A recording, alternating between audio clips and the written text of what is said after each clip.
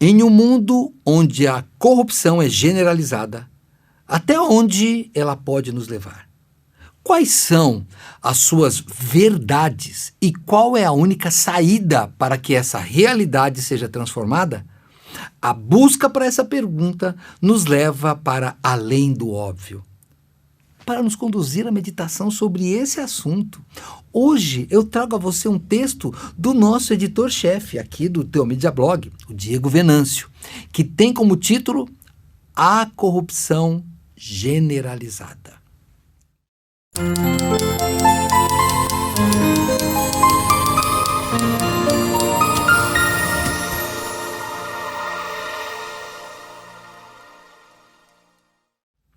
Estamos vivendo dias em que podemos ver claramente a corrupção generalizada.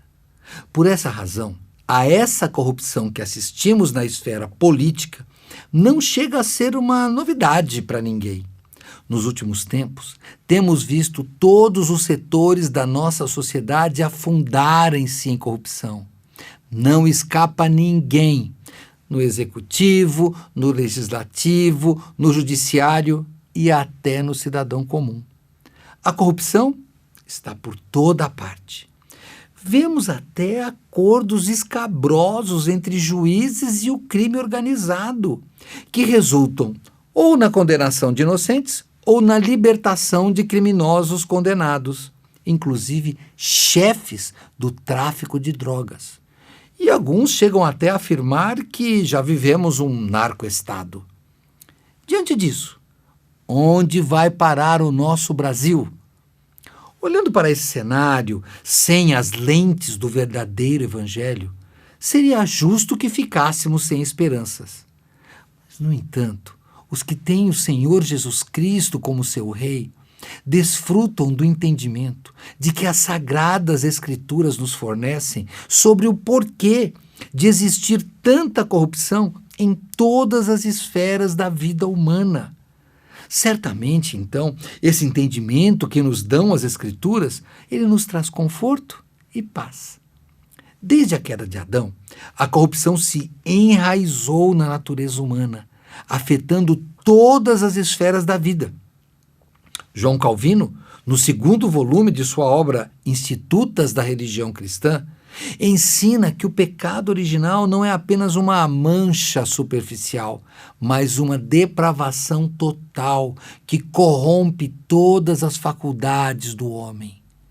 Veja o que ele escreveu sobre esse assunto. A vontade, estando depravada e escravizada pelo pecado, não pode ter um movimento bom.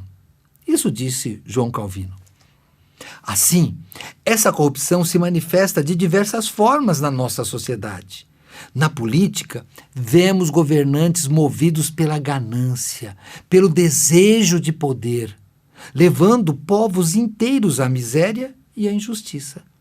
Sobre isso, a Escritura nos adverte o seguinte: quando os justos governam, alegra-se o povo, mas quando o ímpio domina, o povo geme. Provérbios 29, 2. O cenário político mundial demonstra como a natureza humana caída se inclina ao abuso de autoridade, à opressão dos fracos e à busca desenfreada por vantagens pessoais. Já no âmbito religioso, a corrupção se apresenta na deturpação da verdade e no uso da fé para manipulação. O apóstolo Pedro nos alerta sobre os falsos mestres que fazem comércio com palavras inventadas. Veja o que ele disse: e muitos seguirão as suas práticas libertinas, e por causa deles será infamado o caminho da verdade. Também, movidos por avareza, farão comércio de vós com palavras fictícias. Para eles, o juízo lavrado a longo tempo não tarda, e a sua destruição não dorme. Segunda carta de Pedro 2, versos 2 e 3. De fato, a história da igreja está repleta de exemplos de líderes que usaram a religião para proveito próprio, desviando-se da verdade do evangelho. Uma correta interpretação das Escrituras enfatizará que a fé verdadeira não pode ser misturada com interesses humanos corrompidos, pois na Escritura lemos o seguinte: Deus é espírito, e é necessário que os seus adoradores o adorem em espírito e em verdade. João, capítulo 4, verso 24. Essa depravação humana também se reflete nas relações de trabalho. O pecado leva tanto empregadores quanto empregados à desonestidade, à exploração e à injustiça. Muitos buscam o lucro a qualquer custo, sem considerar princípios éticos e morais. Nessa linha, o escritor Tiago nos adverte sobre o seguinte: eis que o salário dos trabalhadores que ceifaram as vossas terras, que por vós foi retido com fraude, clama, e os clamores do que ceifaram entraram nos ouvidos do Senhor dos Exércitos. Tiago, capítulo 5, verso 4. Então, a injustiça no trabalho é uma consequência direta da natureza caída do homem, que busca o próprio benefício em detrimento do seu próximo. Nos relacionamentos interpessoais, a corrupção se manifesta no egoísmo, no orgulho e na falta do amor genuíno. A palavra de Deus faz a seguinte afirmação sobre a natureza humana: pois os seres humanos serão egoístas, avarentos, orgulhosos, arrogantes, blasfemadores, desobedientes aos pais, ingratos, ímpios. Segunda carta a Timóteo, capítulo 3, verso 2. Portanto, como vemos, o pecado destrói lares, amizades e sociedades. Pois onde não há o temor de Deus, prevalece a busca pelo próprio interesse, que toma o lugar do amor sacrificial e altruísta.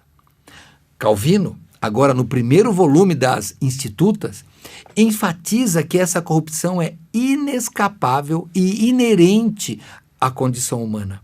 Veja essa afirmação dele: o coração do homem é uma fábrica de ídolos, disse João Calvino. Assim, a idolatria do eu e dos desejos pessoais leva o ser humano a corromper tudo o que toca, afastando-se cada vez mais da vontade de Deus. Mas nem tudo está perdido. Apesar da corrupção universal do homem, a graça de Deus brilha como única esperança. A palavra de Deus nos ensina, e a teologia reformada ratifica, que somente em Cristo há redenção, pois Ele é o único sem pecado. Note o que o apóstolo Paulo escreveu aos Coríntios: Deus tornou o pecado por nós, aquele que não tinha pecado, para que nele nos tornássemos justiça de Deus. Segunda carta aos Coríntios, capítulo 5, verso 21. Enquanto a humanidade jaz na depravação, Cristo veio para restaurar os eleitos, transformando corações de pedra em corações de carne. Observe a profecia de Ezequiel a esse respeito. Darei a vocês um coração novo e porei um espírito novo em vocês. Tirarei de vocês o coração de pedra e lhes darei um coração de carne. Ezequiel 36, 26. Assim, somente pela graça soberana de Deus é possível escapar da corrupção inerente ao ser humano. Paulo, o apóstolo, nos ensina: porque pela graça sois salvos, por meio da fé. Isso não vem de vós, é dom de Deus. Isso ele escreveu em Efésios, capítulo 2, verso 8. Calvino explica que a regeneração operada pelo Espírito Santo é essencial para que o homem possa viver segundo a vontade de Deus. E ele escreve assim: nenhum homem pode se aproximar de Deus, a menos que o Espírito o regenere primeiro, disse João Calvino. Esse novo nascimento é a única solução para a corrupção que permeia todas as áreas da vida humana.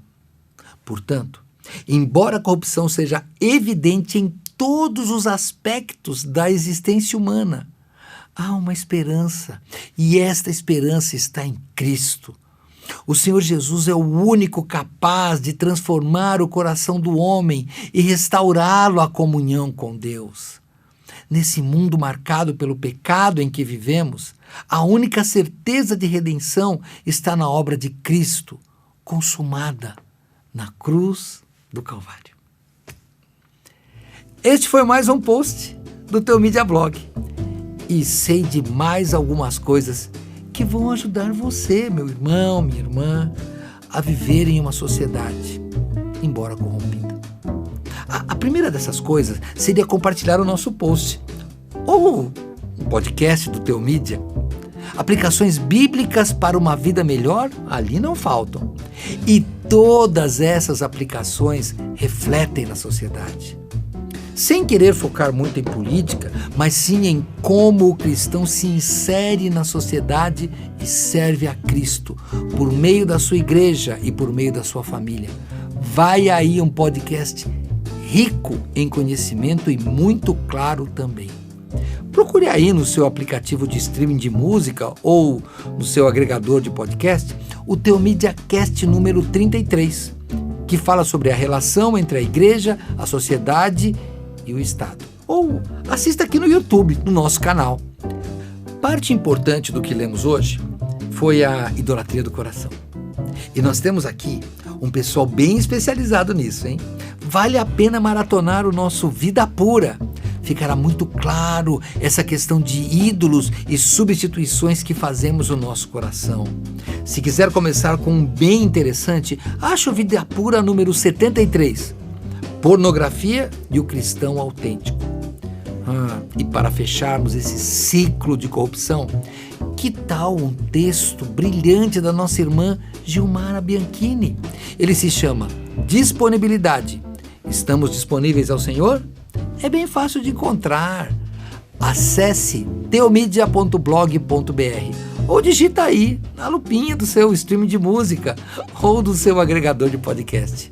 Afinal, você sabe, tudo o que você deseja saber sobre vida cristã, crescer na fé, está aqui na Teomídia.